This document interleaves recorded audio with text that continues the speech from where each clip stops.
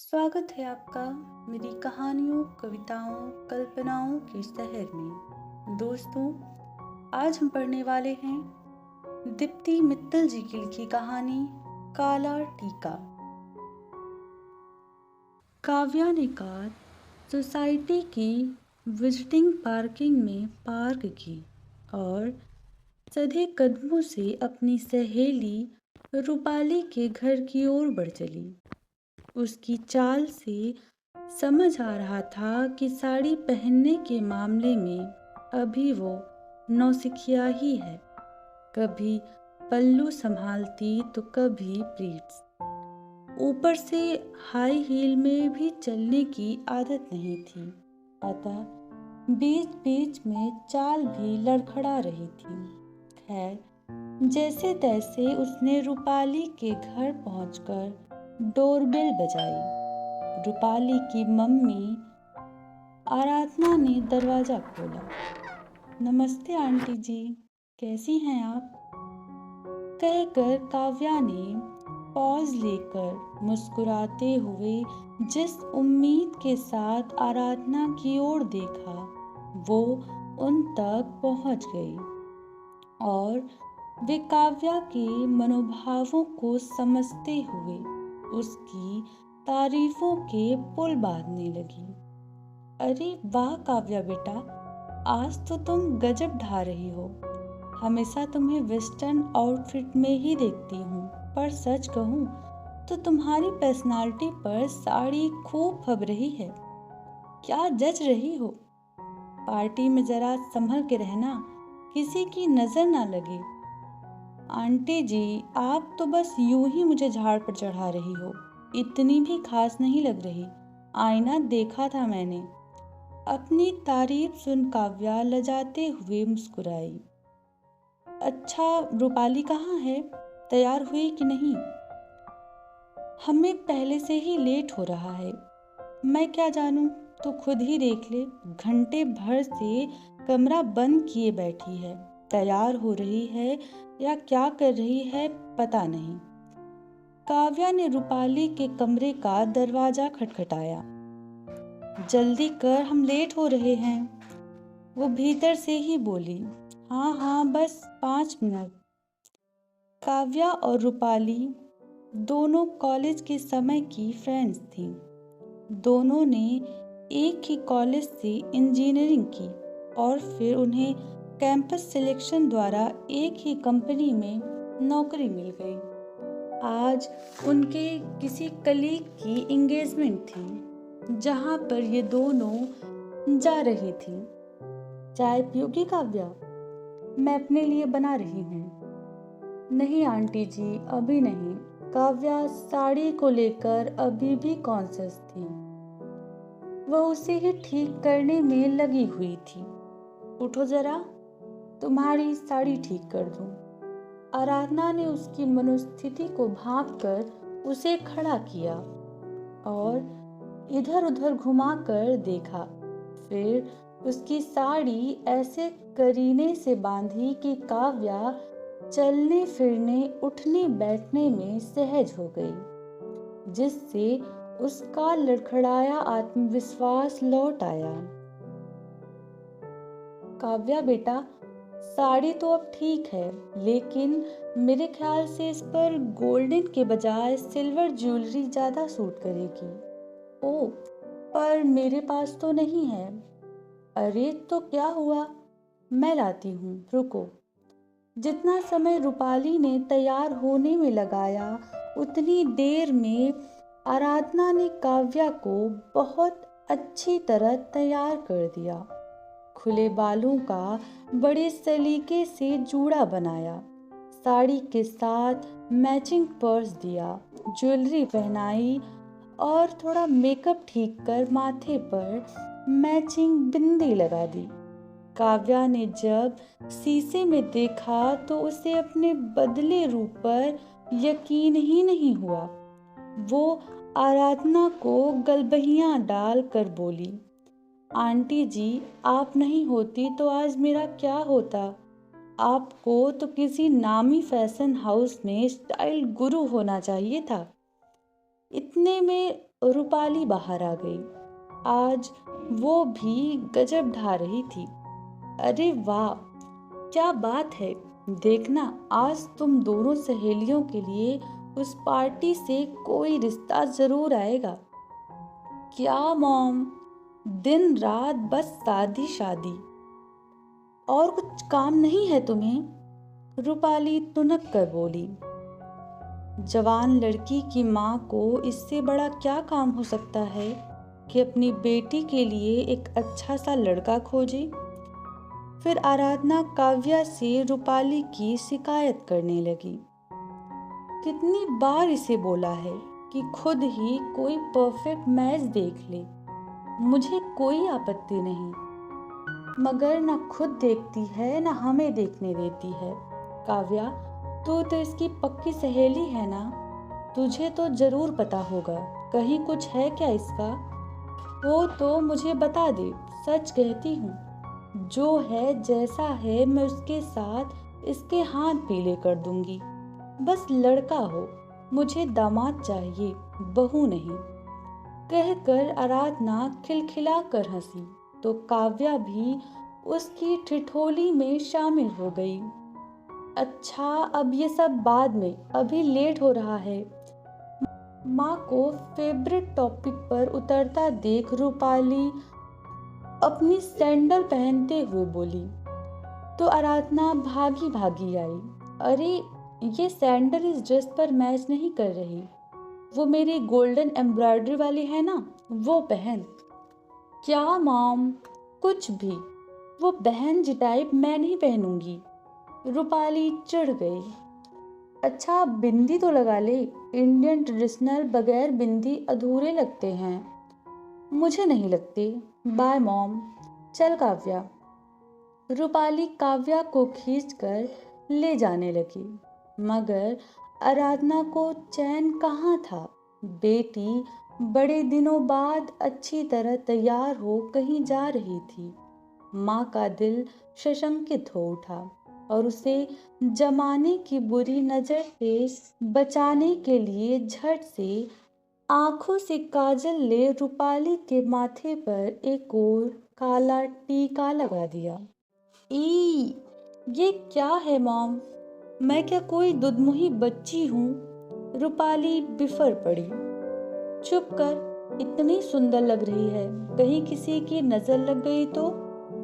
क्या मॉम, भला कोई कह सकता है कि तुम साइंस के रिटायर्ड प्रोफेसर हो? हरकतें बिल्कुल अनपढ़ों वाली करती हो। नजर वजर कुछ नहीं होता, सारा मेकअप खराब कर दिया। बड़बड़ाते हुए रूपाली बाहर चली गई। काव्या कार स्टार्ट करने लगी तो रूपाली ने कार के मिरर को अपनी ओर घुमाया और माँ का लगाया काला टीका पोंछने लगी। मॉम भी ना, थोड़ा भी तैयार हो जाओ तो कभी मेरी बलाइयाँ लेती हैं तो कभी ये काला टीका जड़ देती हैं, समझती नहीं। I don't like this. मगर काव्या ने उसका हाथ रोक लिया। ये टीका मत हटा रूपाली, अच्छा लग रहा है। क्या यार, ये फालतू की चीजें तुझे अच्छी लग रही हैं? अच्छा, मेरा मजाक उड़ा रही है ना? कितनी बार मना किया है मॉम को कि यह मुझे बिल्कुल पसंद नहीं। कोई देखेगा तो क्या सोचेगा, यही कि मैं कितनी रूढ़िवादी हूँ या खुद को हूर समझती हूँ, जो ये नजर का टीका लगाए घूमती हूँ। जानती है इसे देखकर मैं क्या सोचती हूँ? क्या? यही कि कितनी लकी है तू, तेरे पास कोई एक ऐसा है जो तुझे देखता है, निहारता है, जो चाहता है कि तू हमेशा हर पल सलामत रहे। जानती है रूपाली, ये काला टीका नहीं, तेरे लिए आंटी जी की दुआएं हैं, ईश्वर से तेरे लिए की गई प्रार्थनाएं हैं कि तेरे साथ कभी कुछ बुरा न हो। ये काला टीका बस एक निशान नहीं, उनके बेइंतहा प्यार का प्रमाण है। अरे वाह, मुझे तो अच्छा खासा लेक्चर दे दिया, मगर तू तो कभी नहीं लगाती। मैं नज़र का टीका इसलिए नहीं लगाती क्योंकि मेरे लिए दुआएं करने वाला, मुझे बुरी नज़र से बचाने की ख्वाहिश करने वाला कोई नहीं। मेरी माँ को कभी इतनी फुर्सत नहीं रही कि मेरी तरफ कभी नज़र भर देख भी लें। वे और पापा तो अपनी प्रोफेशनल लाइफ में ही इतने बिजी हैं कि उन्हें खुद अपनी सुध नहीं, मेरी ओर तो क्या ही देखेंगे। मैं कब और कैसे नौकरों के भरोसे बड़ी हो गई, उन्होंने कभी देखने की ज़रूरत ही नहीं समझी।